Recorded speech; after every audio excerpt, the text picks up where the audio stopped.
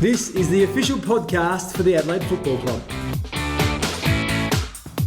G'day there, Crows fans. Here we are again, round 8 coming up, and we have Patrick Dangerfield. Welcome, mate. Oh, great to be here, Jock, and of course the lovely Kat joins us as well. Thank you very much. Good to be here also. Now, breaking news, Kat. Give us the update. It's not good, unfortunately, Jock. Taylor Walker has accepted a 2-match ban for engaging in rough conduct / dangerous tackle on Harry Taylor against Geelong in the first quarter on Saturday. Was a bit of a school of thought that there might be a challenge, but with 3 weeks hanging over it, which would take us potentially to the Freo game, to the bye, 4 weeks out. Not worth the risk, Kat. Not worth the risk. Paddy, that must be upsetting because Taylor's really improved in his tackling aspect of his game, and to see him rubbed out for a pretty solid tackle must be upsetting. Yeah, spot on, and that's certainly something that we don't want Taylor to lose from his game, his tackling ability and his pressure that he's putting on when the opposition have got the ball. But that being said, obviously it's disappointing not to have him in the side this week, John Coleman himself. So, but obviously Sean McKernan's pressing for a recall after missing last week, and Tommy Lynch has been in outstanding form. So I think we've got the players that can come in, and he's a very hard person to cover, but I think those players can come in and certainly play a role for us. Now we've got to touch on the result last weekend. 50 points over last year's premiers. That must have been a great win.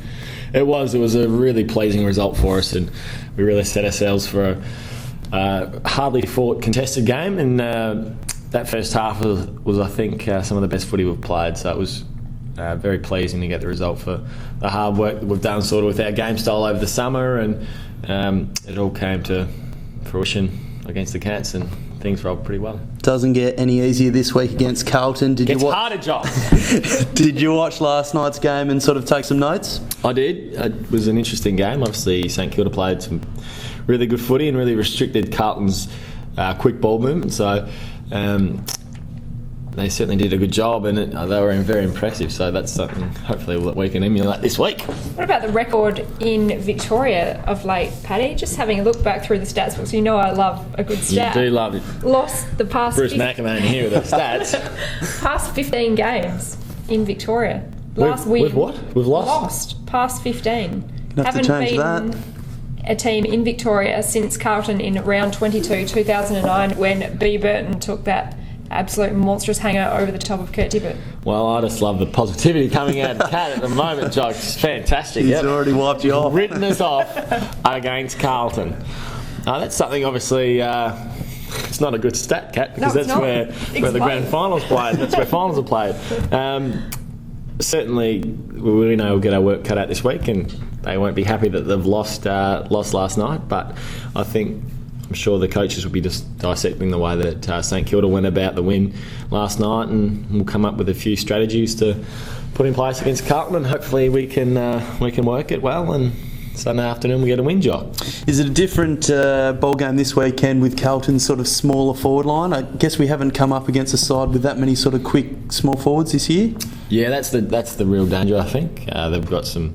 You look at Betts, Gartlett. There's some really speedy forwards. Walker's been in really good form after coming back from injury, and although Waite didn't have a great game last night, he's been averaging 10 marks a game, I heard, so he's been in damaging form, and obviously we know that they've got a terrific midfield, so I suppose they're not, though. They weren't the premiership favourites for no reason. Now, Jock, we've last year we lost Phil Davis in our People's Podcast. We did. Which was certainly very disappointing. But this week we've got probably the biggest guest we've ever had on the People's bigger names Podcast that Down the Guts has featured. Bruce McAvaney, welcome to the People's Podcast. Gee, suddenly I'm feeling nervous, Patrick. I mean, you guys are circling me. I feel like this is contested footy. Well, I've always found it very difficult to get people on the People's Podcast. Dave McKay's been very hard to get in. At least quicker than me. But it's great to have you on. Mm-hmm. Now, a couple of quick questions to fire about our players. Mm-hmm. You obviously commentate a lot of footy. Who do you enjoy watching most from Adelaide? From the Crows, oh God. And why? Well, McLeod's retired now. I was going to say, because Andrew McLeod's now gone. McLeod's retired, and I like Jarman in the old days. And look, Do you go red easily? Very. Do you like being centre of attention? Oh, absolutely. Jock, I've got to say right now that if Tex is not here, right? So Tex, I'll leave Tex out for the minute. Leave Tex out, and he's not playing at the moment. He's having a couple of weeks off. He's having a couple of weeks off. Got to say, mate, it's Scotty Thompson. He's fantastic. Yes, I mean, how good Scotty? I mean, if you can be as good as Scotty in the next 7 years, you're going to do well. You're done pretty well. So Scotty's high on the list. I like VB. Yep. The skipper. The skipper's got to get a mention, right? Got to get a mention. I like Bernie because he's a mate of Dips. Well, Dips is my brother-in-law, so I often have a beer with Bernie. I mean, no, actually, that's in the off season. As long as you got your boxer shorts on. Exactly. But I like the play that dashes through the centre and kicks the ball long. I'm just trying to remember. Good. I don't want to embarrass you, but hey, you're up there, mate. You're up there. Well, I'm happy with that, Jock. That's all we need from beautiful. Thanks, Bruce. Well done, boys. Well done. Hey, that's the best contested footy I've had in a long time. Before the game, after the game, on Saturday. Before the game, after. Have your parents escaped captivity, or are they still locked up with Ryan Fitzgerald? They're no longer bound, Kat. No, actually, it's funny. I rocked up at home, and there was this. There's this Toyota van at the front of my house with a massive pole and satellite dish on. Because you didn't know anything about this. I actually legitimately didn't know what was going on. So the pole's up and there's got the generators working, and I walked upstairs and there's Fitzy and Mum and Dad. And that wasn't your nana? No, it wasn't my nana. No, it wasn't Nan. Duct tape in the chair, but just someone Fitzy found out on the road. No, I walked up there and then realised that they were rehearsing at the time, and then 15 minutes later it literally went to air. So I literally did what I did 15 minutes later after I walked in and said, Fitzy, what is actually going on here? And he said, you know what, we could probably use that if that's all right. See you in 15. Exactly. Go back downstairs and come back up. It was very funny, and Mum and Dad had a bit of a laugh about it.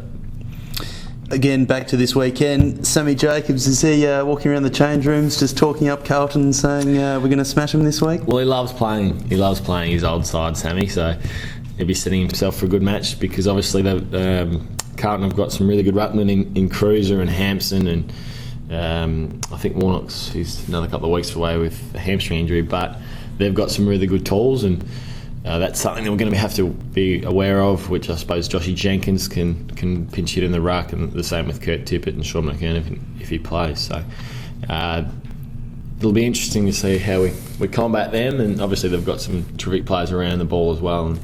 And Murphy was well held last night, so I'm sure he'll be setting himself for a big game. First game of the year at Etihad Stadium. Do you find it's sort of a different game, a lot speedier? It is quicker. It's a great stadium to play footy in, especially when the roof's closed, because it's such an enclosed environment. And even the last time I was there, I reckon it wasn't a massive crowd, but it just echoes, and it's like you're playing in front of 50,000. So nudge, nudge, close the roof. Nudge, nudge, close the roof, and hopefully we can get plenty of supporters over there, like we did in Sydney. You mentioned Kurt Tippett just before. How's his forehead? Well, I got a free kick for that, Kat. Kat's referring to the play jock on the wing where I may have Falcon Tippo with her. I did kick that bloody hard as well.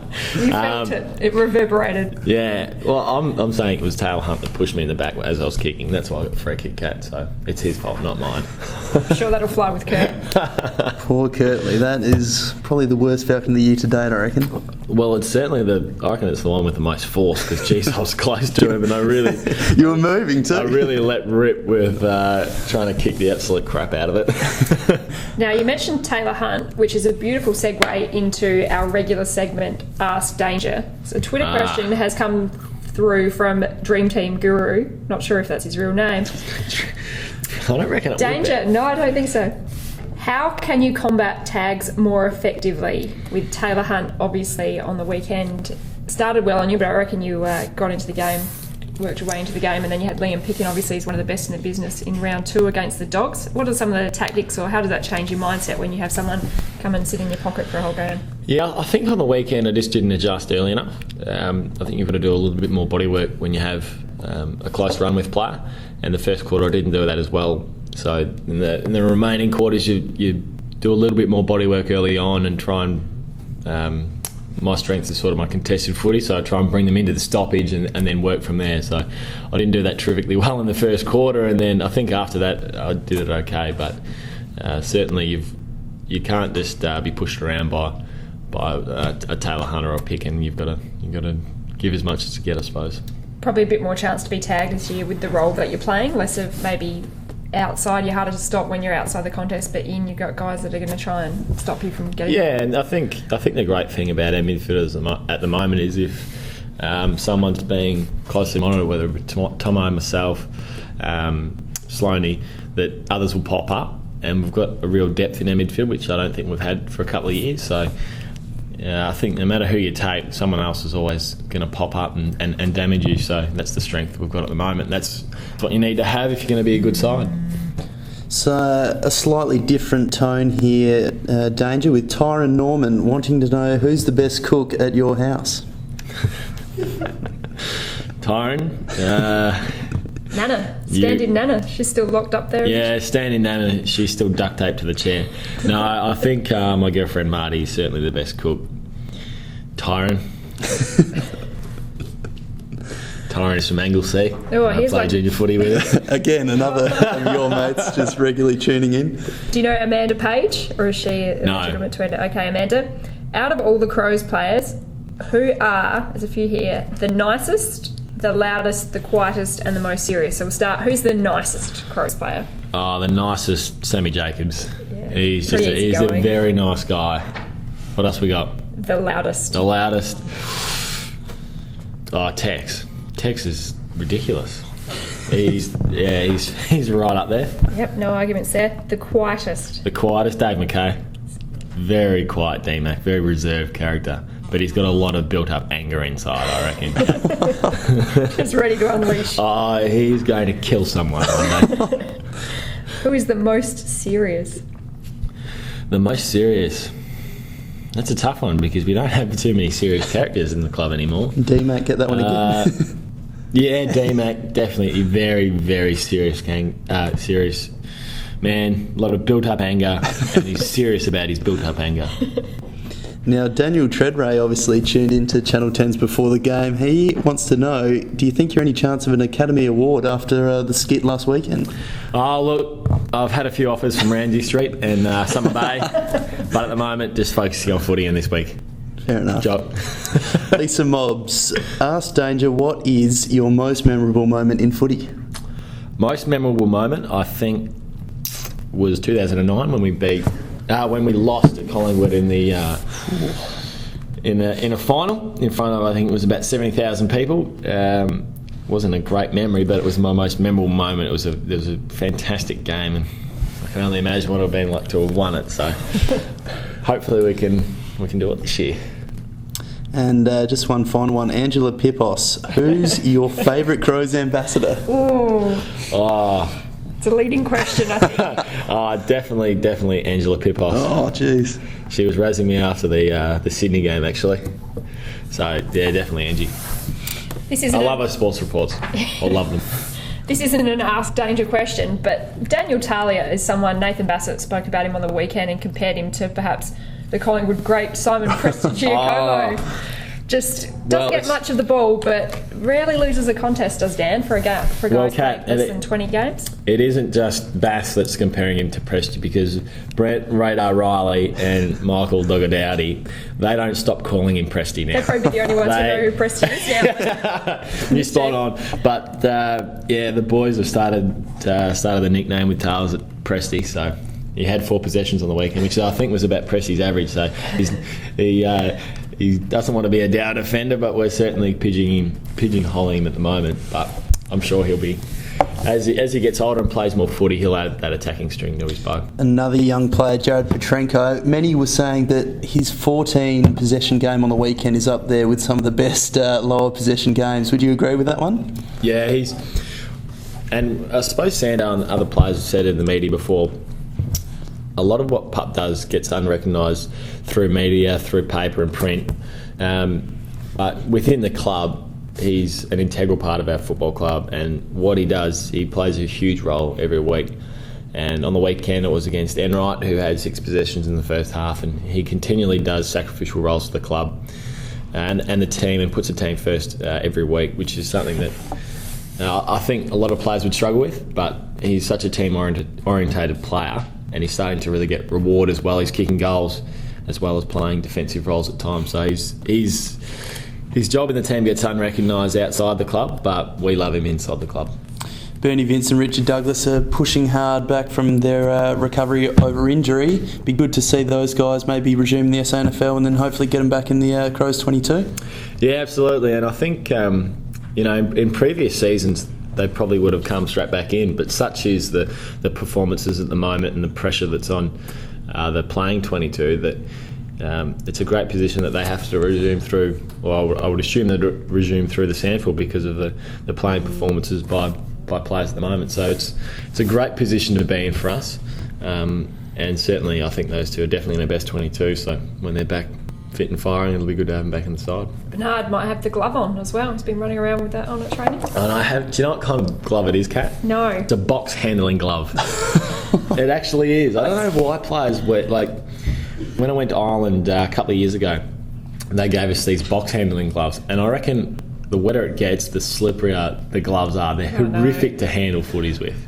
So I don't know how long that'll stay out for, but you never know. Well, mate, it's going to be a big contest this weekend. All the best, and hopefully we can get the points. Yes, support us, John. It's going to be a massive weekend. Massive weekend of footy. Obviously Monday night footy last night, but Sunday afternoon football. 3:15. Probably doesn't get any bigger. Get over to Etihad and watch Shut the boys. roof. Shut the roof. And let's get that first victory in Melbourne since... Round 22, 2009. Since 1991. Go Crows. Thanks for listening to the official podcast of the Adelaide Football Club.